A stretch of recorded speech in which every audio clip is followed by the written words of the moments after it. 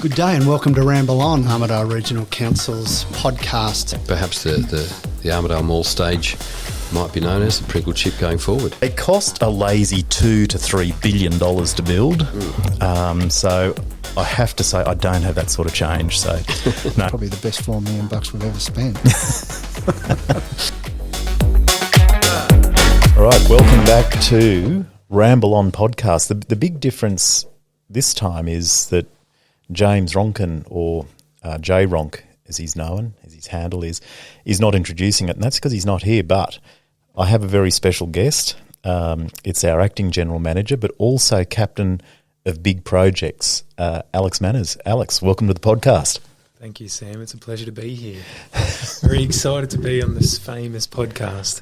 No, it's an absolute treat to have you, Alex. I think it's worthwhile just to a bit of a get to know you. You're at ARC, but can you tell us what your substantive role is and what brought you here, and then we can open up that cornucopia of roles that you have, because you probably are the most interesting guy at ARC. Now, if that's not you personally, it's your job gives you that veneer. It's definitely not me the person. It's definitely the job that gives me that title. Okay, no. So how did you come to be here? So I came up here in 2021, and when James had just started in early 2021 and was forming his executive, I was the last of the current executive to turn up at that time. So hailed from Tamworth, had worked for about 12 and a half years in infrastructure as an infrastructure engineer down there, and mostly in development engineering and then the water infrastructure side of things. So I took on the role of Chief Officer Assets and Services. And can we say what that means to the layperson? It essentially the chief engineer for council. So all the infrastructure, so roads, water, waste, wastewater, plants and fleet and depots, all of those functions were under that particular portfolio at the time. And then when I do remember this very clearly, when I was in part of the interview, James said, "What do you know about roads?" So I know enough to get myself by. Why is that? And he's like, "What do you know about Kempsey Road?" Right. And slowly but surely, that particular project revealed itself to be something far more complex and comprehensive than what anyone had really anticipated at the time. But up until fairly recently, about 12 months ago, I was essentially running our waste facilities, our water treatment plants, our sewage treatment plants, and running our roads network. So you are responsible for, by far, the largest portion of our budget. Absolutely. It's something like 70% of the budget goes into capital and operational works for a large swathe into our road network, but then predominantly water and wastewater, yeah. And so really the rate rise that we went through 3 years ago was to fund all of that infrastructure, or to enhance that in a way, wasn't it, and bring things back up to speed. They were all getting degraded. It was. And so when I did turn up, there'd been a lot of change with the merger of the two councils, and so there were a lot of legacy issues that needed to be tied together. But one thing that did fall behind was the investment into that infrastructure. Yep. So that became very apparent very quickly. And so a lot of the SRV consultation revolved around the poor condition that our road network was in and the lack of investment in that infrastructure for some time. So it's actually... don't blame me for the whole SRV, but definitely a large 70% of it. Yeah, definitely the assets. Alex, Kempsey Road it wasn't really something that I was across until I came onto council, but it is this monster that's a project that council is responsible for. It's like another business that sits adjacent to council, and its budget is probably larger than council's entire budget as well. Can you just, in a fairly condensed way, tell us what the project is and why it's come about? Sure. Well, the road itself it's an access between Wellamumby and West Kempsey, and in storms in 2020 and then again in 2022, approximately 43 kilometres of that road was severely damaged. causing some downslope slips and some significant drainage works that need to be that are required to restore the road back to its former function. And it is complex. It's a single lane dirt road carved into the side of a cliff, so access is terrible. But it serves one of our local communities, the Lower Creek community, and it serves as the main access to what will eventually be the Oven Mountain pumped hydro scheme. And so when the storms hit in 2022, we'd already established a team that were developing a recovery response. So designs and setting up contracts ready to manage the restoration works. But the storms in 22 blew what we had on the ground already out of water. Yep. So that's a project that's now, it's going to cost hundreds of millions of dollars to get that back to speed, which council doesn't have that sort of money. So where does the money come from, and why is council responsible? Well, it's a local road, we're a local roads authority. It's the gift that keeps on taking, though, isn't it? It is. It's a road that we inherited through a reclassification process in 2009. So the state government reclassified it as a local road, and so the maintenance and responsibilities for operating that road has become the burden of council. Yep. Since that time, and it's incredibly expensive to maintain a road in that kind of shape and that kind of condition. So the scale of work, it is going to cost hundreds of millions, and we don't have that kind of funding as a community or as a council. So the works are covered by both the Commonwealth Government and the state government under what we call the disaster recovery funding arrangements. And essentially, it's a set of rules and a funding agreement between the federal government through the state government, New South Wales Reconstruction Authority, and then administered through Transport for New South Wales, and eventually handed over to council for us to deliver a major project. Right. So we aren't in a position where we could have just thrown our hands up in the air and said this is all too hard because the road is our responsibility. No, we would... Absolutely. If we saw this from the outset and understood just how big and complex it would have been, yep, we possibly could have had that chance at that particular time. Okay. But no, unfortunately, the obligation's there for us as the local roads authority, and the funding arrangements are set up so that local councils, local authorities get to spend that money and not the state. Yep. Okay. And so I should note that you've been taken off out of your role as chief engineer, for want of a better term, mm-hmm, and effectively made captain of the Kempsey Road project. I wish the title was captain. That'd be a sick title. Yeah. But no. I was. So about 12 months ago, I took a secondment into the project director role. And what that means is leading a team of technical experts with skills that you don't typically see in local government. That's how big and complex this particular project is. Yep. And the role basically has allowed us to start piloting a new division within council that's going to be set up with the right skills, right governance, and right processes to be able to deliver on other major projects. Which is probably a pretty good segue. So you mentioned you're seconded across there as captain of, or a term that's not that cool. You will come back into your other role at some point or maybe another adjacent role because we're council's putting together these skills. We have billions of dollars worth of planned / necessary / required infrastructure that we need in this region, and that would probably end up sitting again with you. You get to spend all the money. What of that future infrastructure requirements are you A, excited about, B, really nervous about, and C, wish didn't exist? Well, first of all, I'll explain there's so many different projects on the horizon. And your first term actually sought to take on a growth agenda whereby we would actually enable the growth of our region again. Add into the mix again the renewable energy zone, which has been placed upon our region, which is going to stimulate growth far more rapidly. And an essential ingredient in actually growing our population is going to be that water security.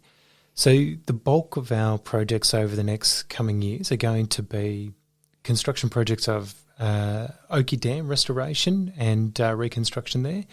It'll be the upgrade of Malpas Dam, the construction of a major pipeline from Oakey all the way into Armidale, and potentially on the pipeline construction of treatment plants to replace the extremely old and antiquated both Guyra water treatment plant and the Armidale water treatment plant. But we also are in desperate need of a replacement sewage treatment plant here in Armidale. Yeah, there's so many parts to it. It's the security of it, so that's capturing the water, it's treating the water for us to drink and use, and then at the other end, treating the wastewater.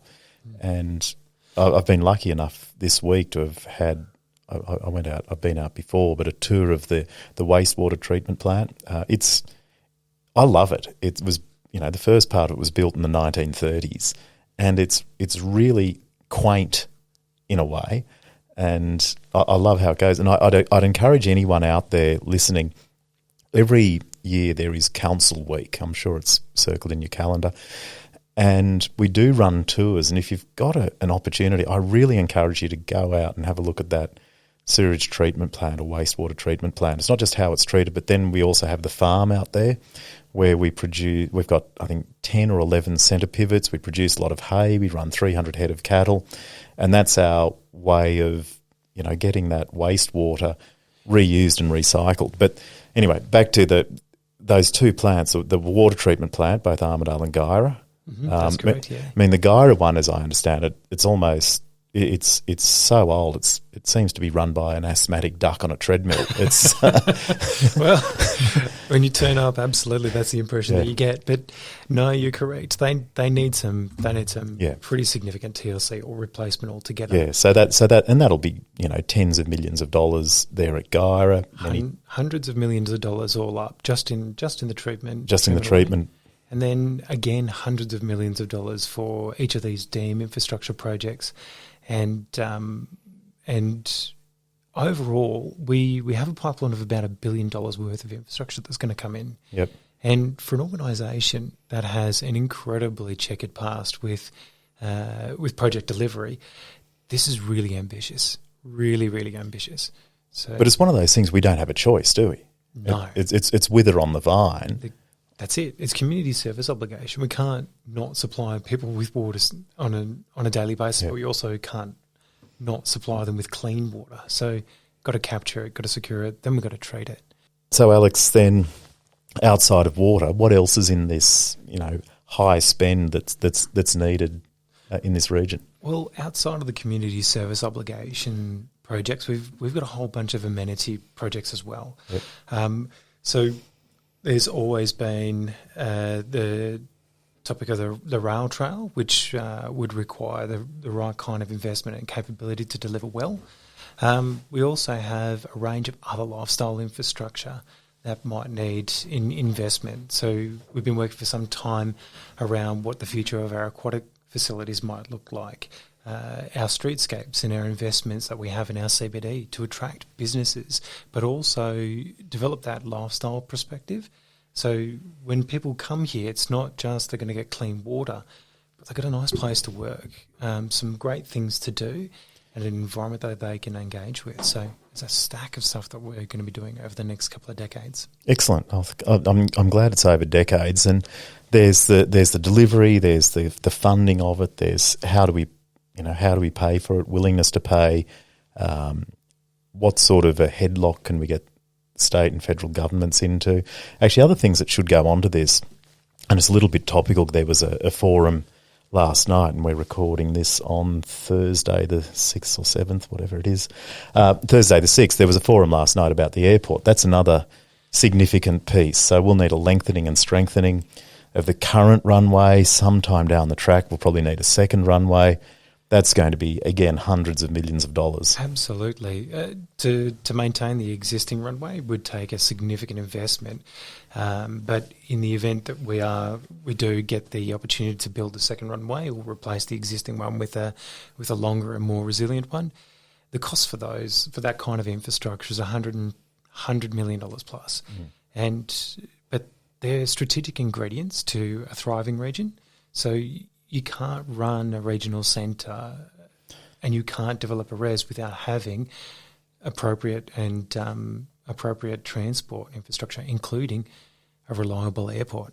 Yeah, it's not just a grass strip and patch it up and see how it goes. I mean, we had the pavement failure back in February, and that was that was interesting. That just highlighted some challenges. So, Alex, you've either got the most enviable or worst job in council. I actually like to think of it as a perfectly timed run. I didn't understand or I didn't see on the radar, the kinds of projects and the kinds of challenges that we'd be jumping onto. But I've got the career opportunity that is the envy of every local government engineer. Nobody steps in front of major projects the way that this organisation has, and no one's got that pipeline in the running either. So this is a bit of a call out to budding engineers. Come and join council. You'll work on fantastic projects. Absolutely. A great organisation to work for, but my God, the opportunities here are intense. Excellent. Absolutely intense. And so moving here, amenities, you've got a young family. I do. What goes on? What keeps your kids happy and excited? Yeah. Well, moving up the hill from Tamworth, the temperature drop was just... they actually had energy during the middle of the day. It's a bit of a funny thing. So yeah, I do. I've got a daughter, Charlotte, who's 10, Leo, who's 8, and they're both at school here. And my wife is a kindergarten teacher here as well. And the lifestyle here is the thing that I probably talk about most when I meet people who are not from the region. I live 3 doors down from the school where my wife and my kids go to school. Nice. And from there I walk 3 blocks to work, and it is the lifestyle here is a convenient one. It's one where you've got everything you need. Everywhere within town is within 10 minutes, and it's not too far from the coast when you want a little bit of a break. So we found it incredibly easy to live here. What we do on the weekends, our kids are actually they're fairly coordinated, so we've invested in gymnastics. And no money in that. Any good at golf? Oh, tennis. Plenty of money. Oh, tennis. Yes, that's it. yes. So, no, Leo is actually really quite. He's left-handed, but on the tennis court he's ambidextrous, so he's got 2 forehands. So right. So your future role will be manager of your child. You'll be hopefully the Demir Dockage of Armidale. That's it. You can pay for my retirement. There has been plenty of fun stuff for families. So it was 2 weekends ago we had the big chill here. Yeah, that's correct. Pretty insane event for the organisation and the community. It was. I was out there pretty much from go to woe, and big hats off to our team who pulled that together. Under the big top was fantastic, but it's just the feel good factor there from the get go was amazing, and it built up into really high energy towards the end. But I liked the live and local stage as well. Yep. There's plenty going on there, including the chili eating competition. Oh. And were you an active participant? No, I was a judge. I cannot stand hot food. I would have sat in the corner and cried. But so I just wanted to meet who are these freaks that think this is a good thing to do for the sake of, I think, some free chili sauce and 4 tickets to next year's festival. But yeah, we had to turn people away. There were 10 contestants, whittled down, one by a local Armidale bloke. And if you're listening, hats off to you. I've forgotten your name. But I do want to salute a fellow called Ollie Olds, who was the MC. Yep. And he just had the crowd whipped up into a fervour, and it was as though this chili eating competition was the most important thing on Armidale's calendar. It was really good. There would have been about 200, 300 people jammed into a pavilion, and it was great. So that's awesome. That was really good. And then the setup of the big chill was so good. The vendors there, and it's been through a pretty significant evolution over the last couple of years. Yeah, 5 years. This is it is its 5th year. 5th year. And We started off with about 1,300 people through the gates originally, and Yeah, we're now cracked 5,000 through the gates. that's crazy. That's crazy is. for this region. And actually, probably a couple of better statistics was 45% of ticket sales were from outside the region. God, that's just putting Armidale on the map in a good way. It has, the whole thing's evolved for over the last 5 years. It's now more of an event rather than just a music festival. It is. Actually, last year we had, he used to be called Johnny Diesel when I was younger. He's just Diesel now. He's sort of adopted Madonna and Prince and that sort of thing. But he was really saluting us for actually having a festival. So the other festivals that were, I guess, privately run just have fallen by the wayside. It became a bit much. Now, admittedly, council has propped this up. We underwrite it. That's correct. And it does cost us money. In fact, we voted. It was one of the first things we voted on in this term of council. And, we underwrite it to the tune of $350,000. And, we could sell more tickets. It just gives certainty. But what was interesting is with that massive influx that's come in, the economic contribution, I know last year, I think it's still been crunched for this year, but last year it was about $2.5 million. This year, just given the increase in numbers, it'll have to be significantly more than that. So Absolutely. There's a few factors to it. It's the economic contribution, it's the amenity, it's the excitement, it's the buzz. Yeah. So certainly it's the vibe. The vibe. It's the vibe of things. But it really was the vibe of things. A few naysayers out there, and I realise this was for some of you, it probably, cut into your episode of EastEnders, and it made it difficult for you to get to sleep for a little bit. And I'm sorry about that one, but, we found the winning formula. I think so. What an incredible return on investment, though. If you put $350,000 into it, and to get $2 million, $2.3 to $3 million return on investment back into this community, that's an incredible investment back this way. So, more of that. There is a bit of other good news. There's that we've got out there. Actually, something that's going to be happening tomorrow. A bit of a hay run. So this is helping out our neighbouring councils down on the coast. And what are we doing there, Alex? Well, in the most recent wet weather events, we had some pretty severely affected communities.